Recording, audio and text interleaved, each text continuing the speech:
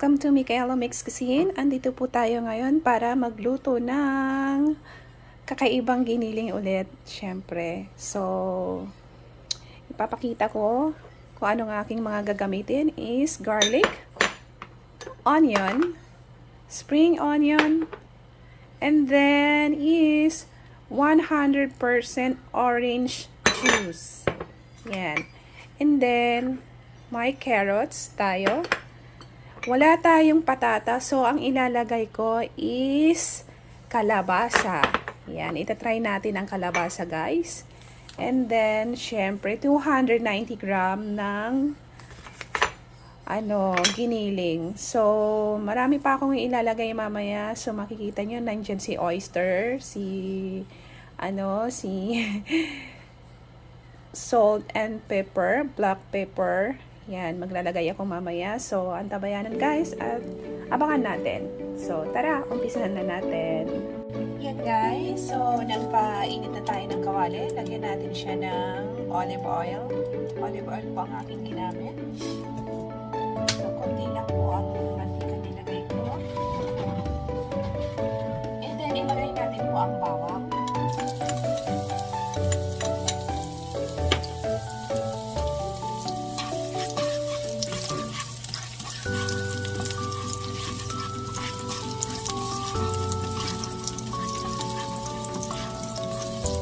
Natin siya hanggang siya ay mag-brown.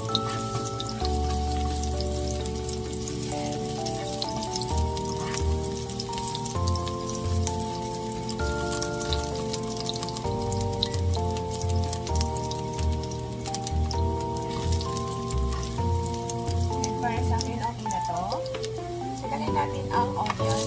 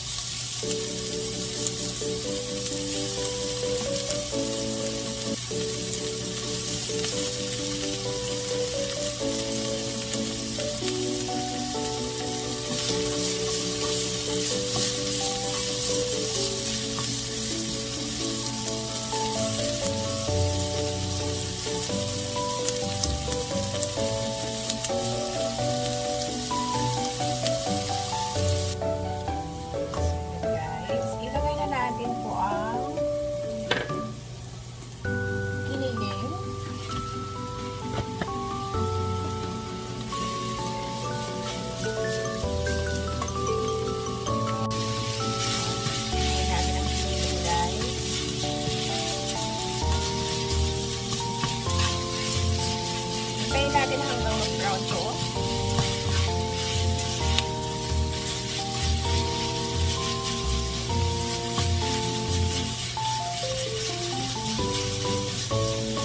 Pagdating natin para mag-iwan-iwanay siya. Hindi siya may buo-buo.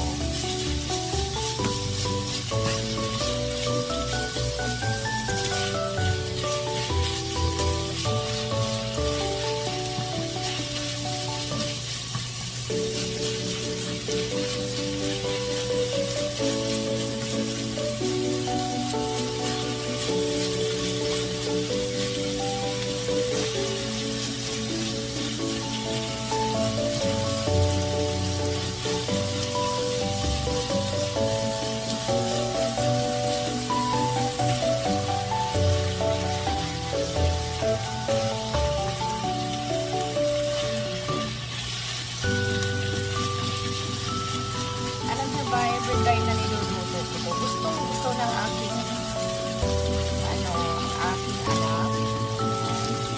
at asawa. Bagay na bagay sa mga anak natin ito pag niluto natin. Dahil syempre mayroong carrots, may kalabasa.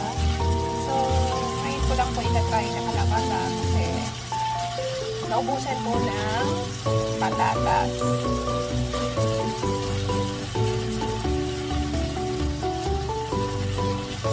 Lang ako ng iba, nilalagay sa natin is kalabasa. So, sa akin is okay na to, guys. Ito na natin ang carrots.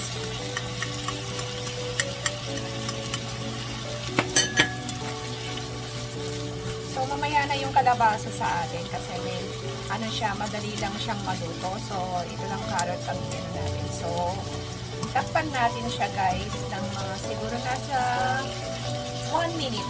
Ayan, takpan natin. Para lumago siya.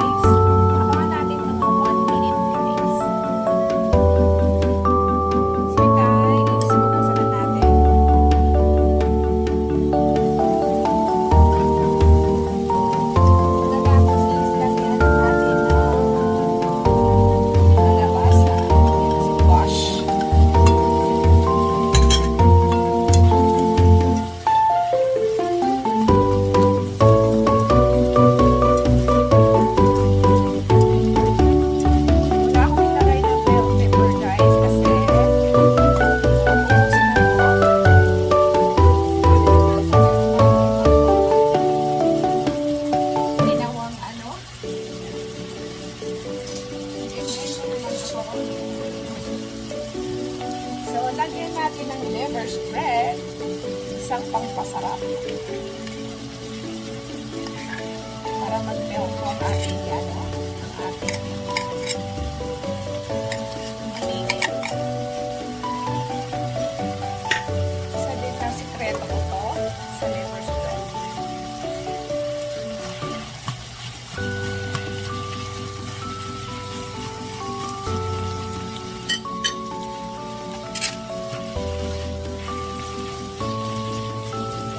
And then, ilagay na natin ang 100% orange juice.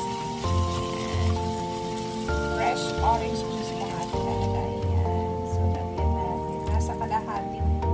Ano siya? Cup. So, hindi ko inubos.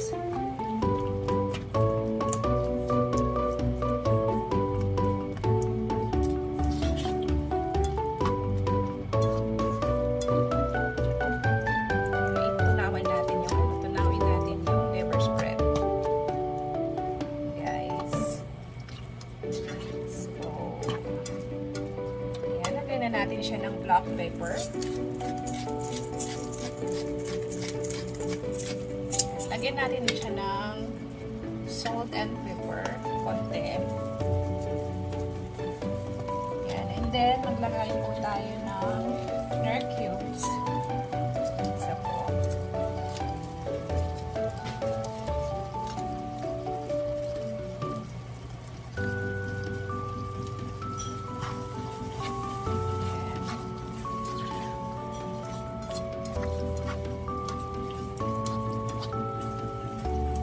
Tayo ng konting oyster sauce. Kunti lang po. Ayan.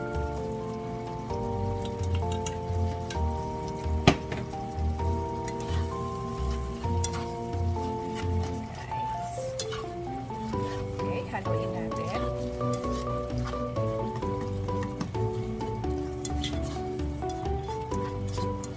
Ayaw kasi nila na may tomato sauce. So, hindi ako naglalagay ng tomato sauce talaga, guys. Kasi pag nilagyan ko daw ng tomato sauce, parang ano, ng spaghetti. So, ayaw nila.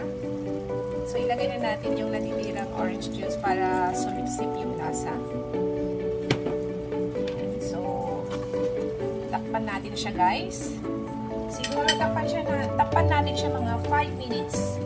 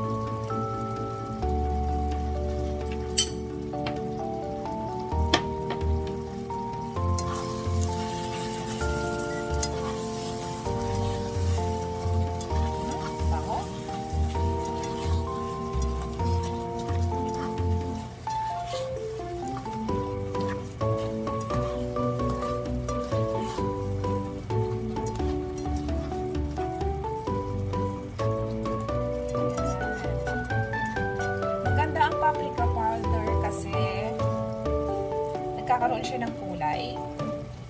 Yan. Parang naglagay ka na rin ng tomato sauce. Diba?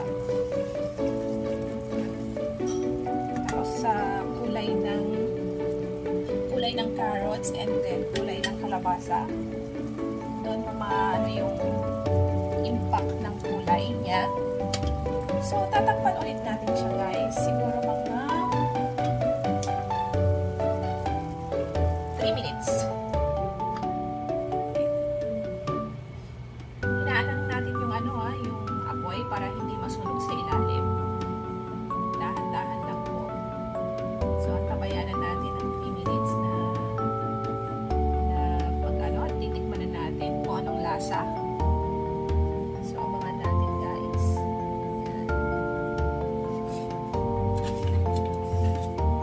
Sensya na kayong medyo sinisipon ako dahil iba na kasi ang klima dito. Iba na yung klima dito sa Japan. Tiglamig na.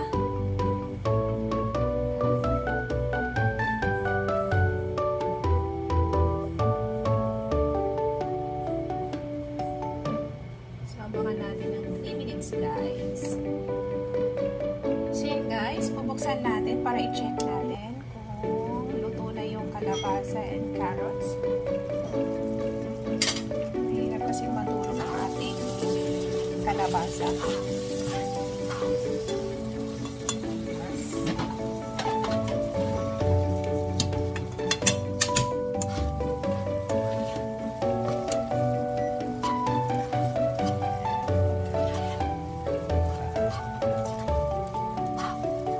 Palang yummy na.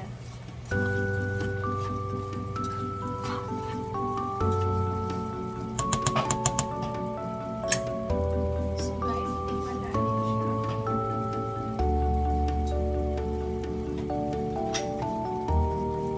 Okay na sa panlasa natin. Tikman natin.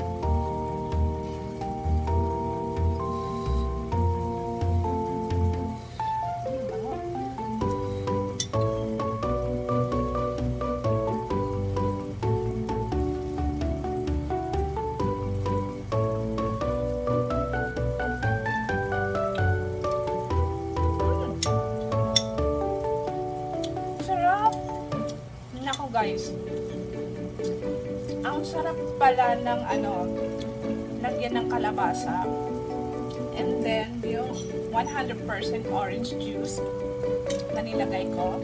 Nako, perfect. Masarap. Ang sarap talaga. Pwede sa pwede sa sa kanin syempre, di ba?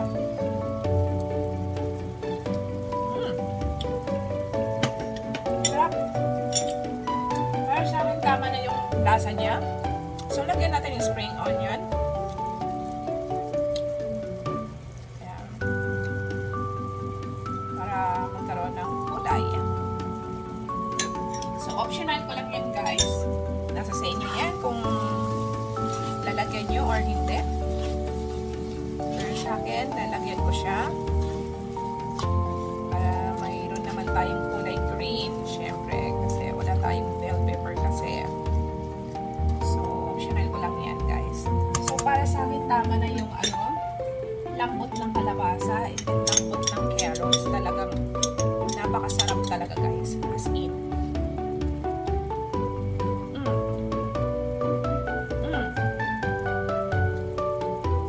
Yummy. Ako guys, sobrang yummy. Wow.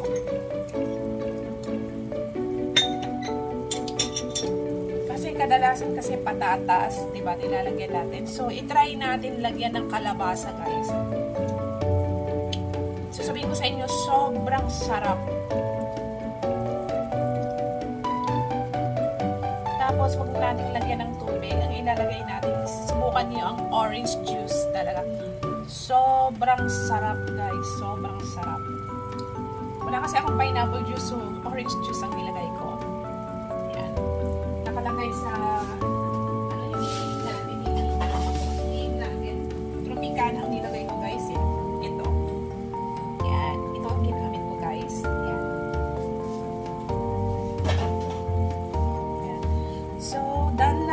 na sa akin guys at ilalagay ko na po siya sa lalagyan natin. Yan, para makita niyo yung impact.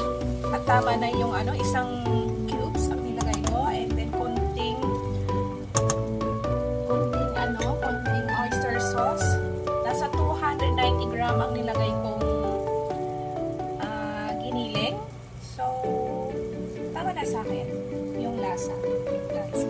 Hindi siya gaano maalat. So, abangan natin guys. Ilalagay ko na siya sa plate.